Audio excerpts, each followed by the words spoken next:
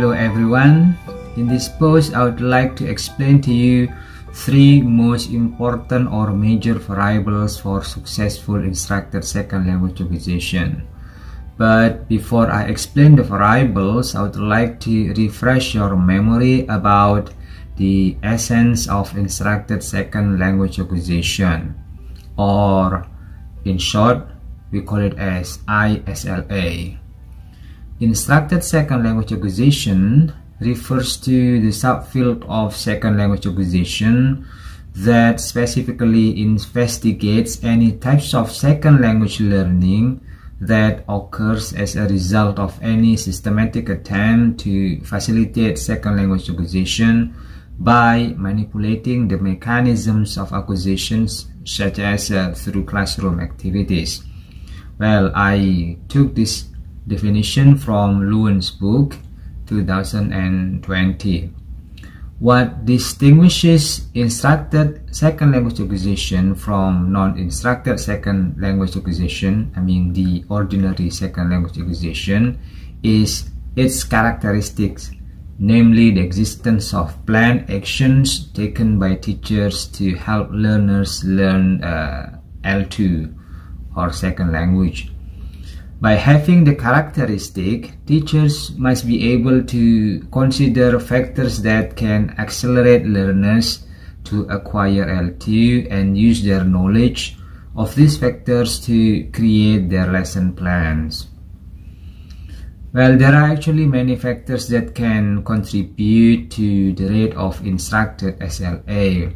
However, among these factors, there are three factors that are by far the most studied by researchers and proven to make a significant contribution to instructed second language acquisition. The three factors are input, classroom instructions, and motivations. Teachers must be able to improve the learner's quality of the three to get maximum instructed second language acquisition results. So let's come to the first variable or the first factor, which is input or input processes. Input refers to the amount of language to which the learner is exposed. So there are a consensus of agreement among the researchers, such as Longs in 1980, Crescens in 2009, Lowen 2020, Fang 2010, etc., which stated that input is vital for language learning. In the input process, in order to make students' acquisition process successful, the teachers have to make sure that their students possess sufficient time to grow in the instructed second language acquisition processes and to expose to reach target like input. The longer they expose comprehensible inputs, the more improved their L2 will become. The more time they spend voluntarily to acquire a new language, the better their instructed SLA results will be. Some of the ways there are beliefs that can make students get much input are make students to get involved in the immersion programs, and then send the learners or the students to study abroad and provide them with computer-assisted language learning. And then actually there are many more, but I only picked up three in this post.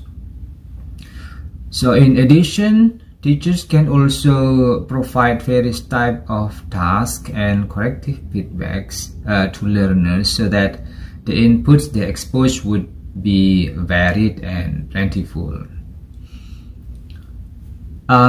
Teachers should also understand that although each learner gets the same amount of input, there are times when each individual has a different pace in instructed second language acquisition. So not all types of instruction result in the same types of L2 knowledge. This difference occurs because each individual is different in characteristics. The differences might occur due to different motivations, aptitude, working memory, intelligent individual characteristics, self-esteem, previous experience with language learning, the age of the learners that can improve the rate of second language acquisition, and etc. etc. Therefore, every teacher must be able to understand the characteristics of each student and encourage them to negotiate with these different characteristics. They have to focus on individual differences that are amenable to change. Well, the second factor is teaching instructions. Instruction attempts to have L2 learners internalize scientific concepts or categories of meaning. Once internalized, these concepts are then available for use by L2 learners to mediate their learning and communication. Instruction can positively affect the rate and state of acquisition, but not its root. So in other words, instructed learners would progress faster and ultimately attain higher levels of proficiency than uninstructed L2 learners. But both instructed and non-instructed learners would proceed through the same stages and sequences of acquisition. The instructions given by the teacher to the learners must be systematic, strengthening for the learners who are slow in catching lessons, and motivating for those who are fast in learning. So these instructions must be varied to provide both implicit and explicit focus on language. They also have to provide big opportunities for L2 learners to communicate. They have to enable learners to develop large vocabularies through both intentional and accidental learning opportunities. Further, teachers also have to provide instructions on L2 pragmatics, because this is also important, very important for L2 learners. The third factor is the learner's motivation. In general, motivation determines a learner's desire to acquire a second language. Lowen and Reinders in 2011 defined motivations as a psychological construct that refers to the desire and incentive that an individual has to engage in a specific activity. Thus, motivation refers to a process that starts with a need and leads to a behavior that moves an individual towards achieving goal. A strong motivation is often cited as a key contribution to help L2 learners succeed and improve. Dornier and Caesars in 1998 indicate that motivation is responsible for achievement in language learning, and without adequate motivation, learners with distinctive talents will not be able to fulfill such objectives, even if they have a good curriculum or be teachers. So it is obvious that learners who want to learn are likely to achieve more than those who do not want to learn. Research also shows that motivation directly influences how often students use L2 learning strategies. So how much also they interact with native speakers, and then how long they preserve and maintain L2 skills after language study is over. Now let's move on to the ideal class for instructed second language acquisition. Well, this is my personal idea. I believe that the ideal class in instructed second language acquisition must be able to accommodate the improvement in the quality of the three factors as I already mentioned to you. For example, if I'm asked to teach a skill course such as writing, The course syllabus must be able to incorporate the three. So the three components must be included in the syllabus. I name my class for my writing is the communicative collaborative class, or C3. Well, in general, the form of class activities must be student-centered. Thus, the center of classroom activities is not in the teachers, but in the learners. So learners become the center, while teacher is only a facilitator and also a motivator.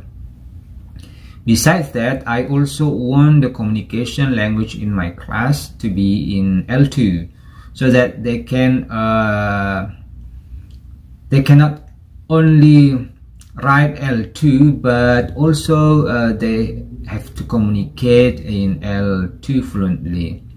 So I will try to use focus on form instruction so that learners gain understanding not only of meaning but also of grammar, not only in writing but also in speaking.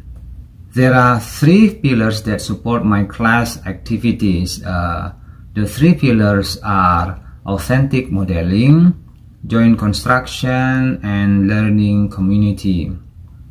Now let's discuss one by one. Let's come to the first, the authentic modeling. In every class attended by learners, the learners will get authentic input or models, of course. For example, if the class is discussing the topic of argumentative writing, so learners must be shown the types of authentic argumentative texts that have been published in newspapers or in journals. With that, they understand argumentative texts that deserve to be published. At the end of the lecture, they will also be invited to visit the L2 press office to learn about the process of publishing this kind of texts. With that, they can also do immersion activities with their classmates, with employees in the press office, and also with of course, with the theme of publication, which is argumentative. The second pillar is joint construction. At each meeting, they will be invited to construct their own understanding of new experiences based on their initial knowledge through the process of social interactions, as I call it, through joint construction in small groups. So in these groups, they will communicate among members to find patterns in writing good argumentative essays. For example, they can do brainstorming ideas.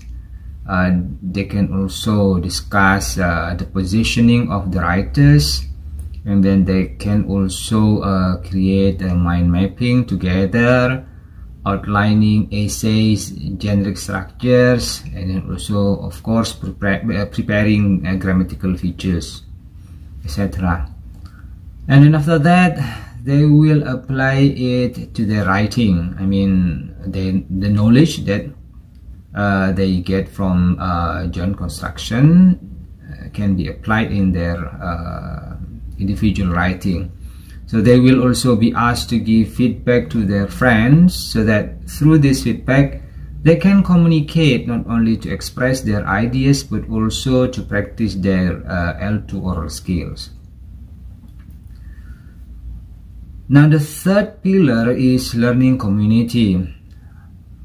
Learning community is a group of students who are bound in learning activities, exchange experiences and share experiences in accordance with the theory of constructivism.